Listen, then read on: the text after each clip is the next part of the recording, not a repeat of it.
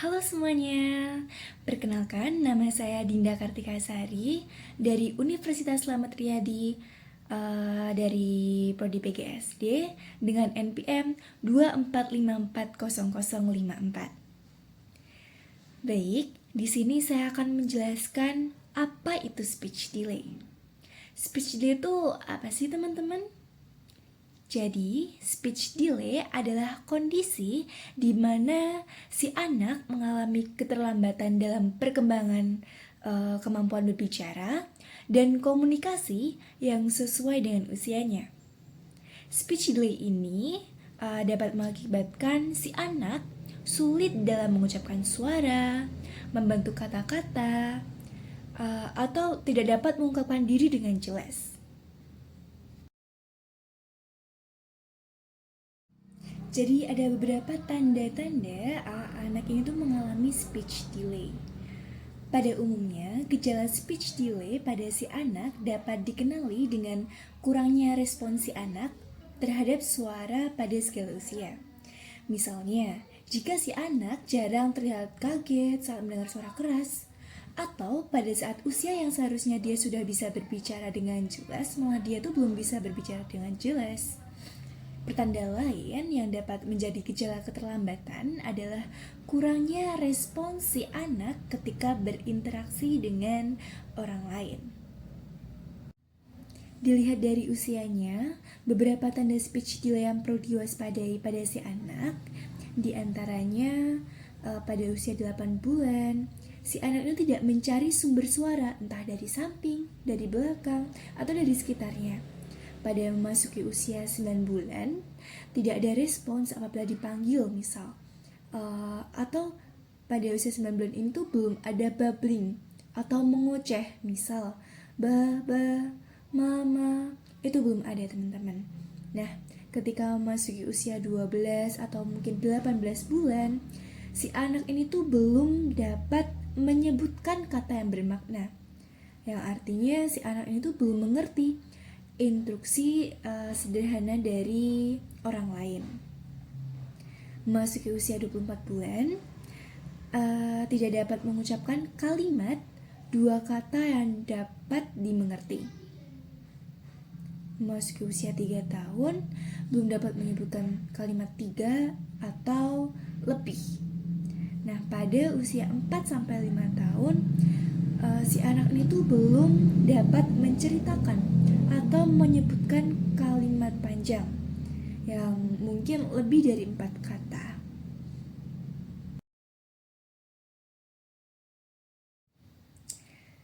Selanjutnya kita akan membahas faktor-faktor si anak dapat mengalami speech delay itu dikarenakan apa. Jadi speech delay ini tuh dapat diakibatkan dari beberapa faktor teman-teman. Ada faktor lingkungan, ada juga faktor medis. Kita akan bahas dari faktor medis terlebih dahulu. Jadi dari faktor medis, misal si anak memiliki gangguan pada mulut. Misalnya si anak ini sumbing pada bibir atau langit-langit lidah pendek, atau mungkin kelainan pada bentuk rahang. Itu juga bisa mengakibatkan si anak speech delay. Atau gangguan fisik lainnya, misalnya si anak ini tuh mengalami gangguan pendengaran, misalnya tuli, atau ada riwayat infeksi pada telinga. Jadi si anak ini tidak bisa mendengar dengan jelas dari luar. Jadi dia tidak paham atau tidak tahu cara pengucapan atau bunyinya tuh seperti apa. Jadi si anak itu tidak mengetahui hal tersebut tuh berbunyi apa, bersuara apa. Si anak juga akan sulit untuk mengkomunikasikannya. Atau misalnya si anak ini tuh memiliki gangguan autisme misalnya, ADHD atau Attention Deficit Hyperactivity Disorder, palsi cerebral, atau retardasi mental. Selanjutnya adalah faktor lingkungan. Faktor lingkungan ini ada beberapa sebab juga teman-teman. Misalnya, stimulasi yang tidak memadai. Jadi, si anak ini tuh jarang diajak berbicara atau berinteraksi. Di beberapa kasus, ada mungkin si anak ini tuh tidak terlalu diajak komunikasi oleh orang tuanya. Jadi si anak juga kurang untuk terstimulasi dalam berbicara, dalam berkomunikasi. Atau mungkin dari lingkungannya, dari peran orang tuanya sendiri itu juga kurang. Nah, ini yang saya bahas selanjutnya adalah screen time. Sekarang, pada kondisi sekarang, zaman sekarang, anak-anak lebih sering dikasih gadget agar tidak menangis, agar mudah untuk mengasuh. Ini adalah sebuah kesalahan ketika orang lain memberikan gadget kepada anak tersebut secara berlebihan. Si anak akan mengalami kecanduan. Apalagi screen time ini, misal si anak membuka TikTok atau snack video yang hanya 1 menit 30 detik, si anak akan kurang fokus ketika dia diajak berbicara secara lama. Ini akan sangat-sangat berpengaruh pada fokus anak. Anak akan sulit untuk diajak berbicara, anak akan sulit mengalami ketertarikan dalam berkomunikasi berbicara. Ya, jadi paparan terhadap gawai atau televisi yang lama itu membuat komunikasi satu arah tanpa adanya interaksi. Pada kondisi sekarang ini sering sekali terjadi ya. Lalu adanya trauma atau mungkin nutrisi yang tidak memadai.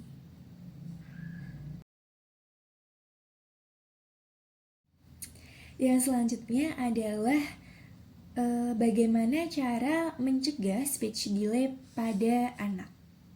Kita dapat mengajak anak rajin berkomunikasi atau berbicara. Hal ini dapat dilakukan ketika anak ini tuh masih bayi. Kata-kata yang mudah didengarkan oleh anak akan menjadi bekal saat ia berbicara nanti. Atau kita bisa melakukan membacakan cerita misalnya. Hal ini merupakan salah satu cara yang baik untuk meningkatkan kosakata pada anak. Ia dapat diajak menunjuk gambar, jadi dapat terstimulasi. Selanjutnya kita bisa mengurangi screen time pada anak. Kalau memang si orang tua sibuk atau yang mengurusi sedang sibuk dan memang dia harus diberi gadget, kita memberi waktu atau memberi batas kepada si anak tersebut sehingga tidak terjadi kecanduan pada anak tersebut. Dan kita juga bisa memilih hal-hal apa saja yang dapat dilihat kepada sang anak. Kita juga bisa melakukan pretend play. Misalnya, bermain boneka atau bermain masak-masakan. Seperti itu. Nah, apabila orang tua terlambat mendeteksi keterlambatan bicara pada anak, maka akan menimbulkan kesulitan belajar nantinya teman-teman. Misalnya, masalah membaca, menulis, memahami kalimat yang berpengaruh pada hasil akademik dia nantinya. Atau akan berpengaruh pada pekerjaan saat dia dewasa nantinya. Dapat mempengaruhi kemampuan bersosialisasi dengan teman-temannya, atau bahkan si anak ini akan mengalami kurang percaya diri ketika sedang berinteraksi dengan orang sekitarnya. Hal ini juga berhubungan dengan gangguan emosi atau mental, dapat mengakibatkan kecemasan, atau bahkan lebih parahnya depresi. Karena si anak ini tuh sulit mengekspresikan apa yang diinginkan atau mungkin apa yang dirasakan oleh anak tersebut. Mencegah speech delay pada anak itu juga dapat dilakukan secara komunikasi dua arah dengan anak sejak dini, teman-teman. Dengan intonasi, kontak mata, ekspresi wajah yang sesuai untuk mencegah keterlambatan berbicara pada anak. Orang tua juga dapat meminimalisir distraksi saat berkomunikasi dengan anak. Misalnya, tidak sambil mengoperasikan gadget seperti ponsel atau komputer.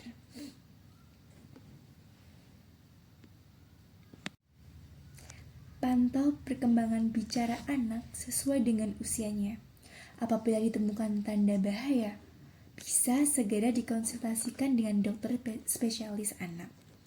Apabila si anak memiliki riwayat terlambat berbicara dan sudah melakukan terapi bicara serta telah memperlihatkan kemajuan komunikasi yang baik, kita juga harus tetap memantau perkembangannya.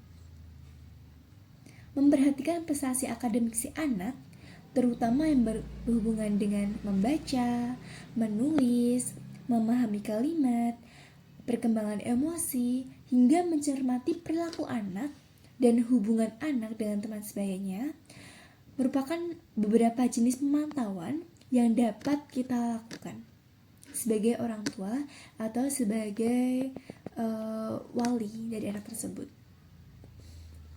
Pemantauan orang tua ini juga perlu terus untuk dilakukan agar si anak tetap berada pada kondisi dan perkembangan yang optimal.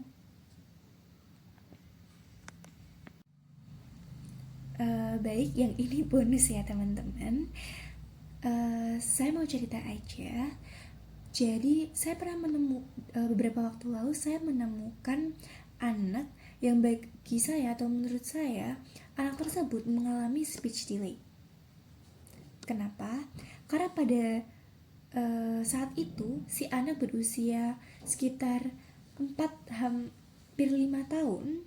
Dia masih sama sekali tidak dapat berbicara dengan jelas, tidak dapat melafalkan kalimat dengan jelas.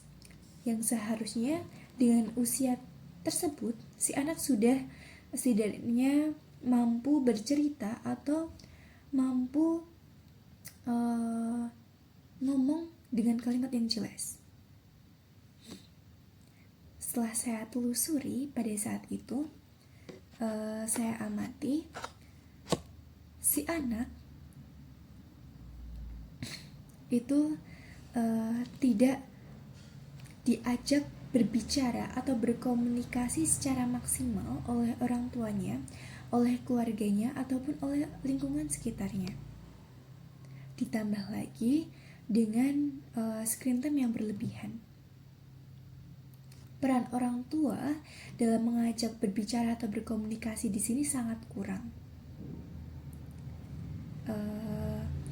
Ditambah lagi, ketika si anak ini berbicara,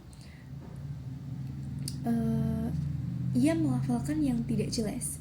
Jadi misal kacang menjadi acang dan orang sekitarnya justru mengikuti si anak. Acang. Seharusnya kita sebagai orang dewasa atau orang yang berada di lingkungan tersebut menegaskan bagaimana cara berbicara dengan benar.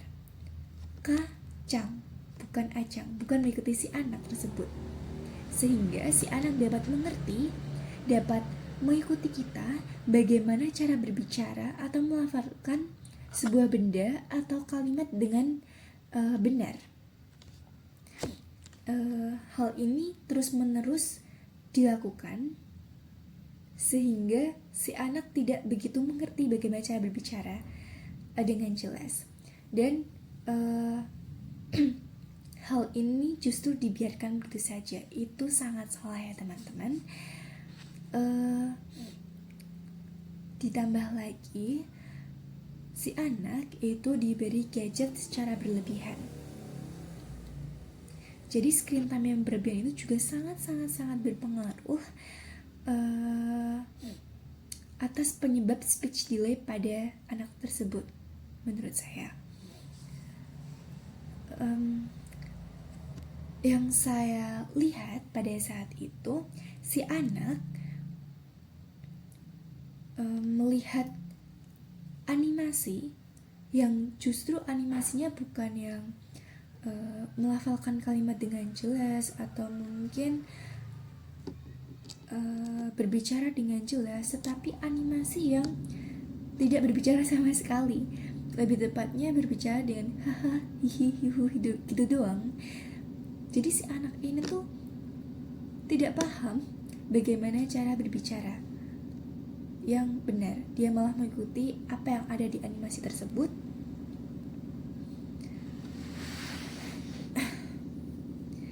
Nah, dari sini pada saat itu juga saya coba untuk si anak ini tuh mengikuti apa yang saya bilang dengan tegas, dan dia bisa. Misalnya makan, bukan makan tapi makan, tenang, dan dia secara perlahan dapat mengikuti. Dari sini kita dapat belajar, teman-teman, bahwa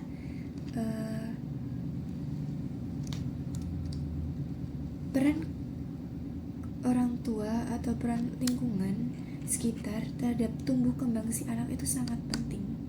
Dan gadget yang berlebihan itu sangat tidak diperbolehkan ya. Kita juga dapat membantu dengan memberikan saran atau dengan mengajarkan si anak dengan yang tadi saya jelaskan, yang video tadi kita dapat mengatasinya dengan lebih lebih rajin mengajak si anak ini untuk berbicara, sehingga anak tersebut dapat terstimulasi, dapat tertarik, dan mulutnya ini terbiasa untuk melafalkan sesuatu.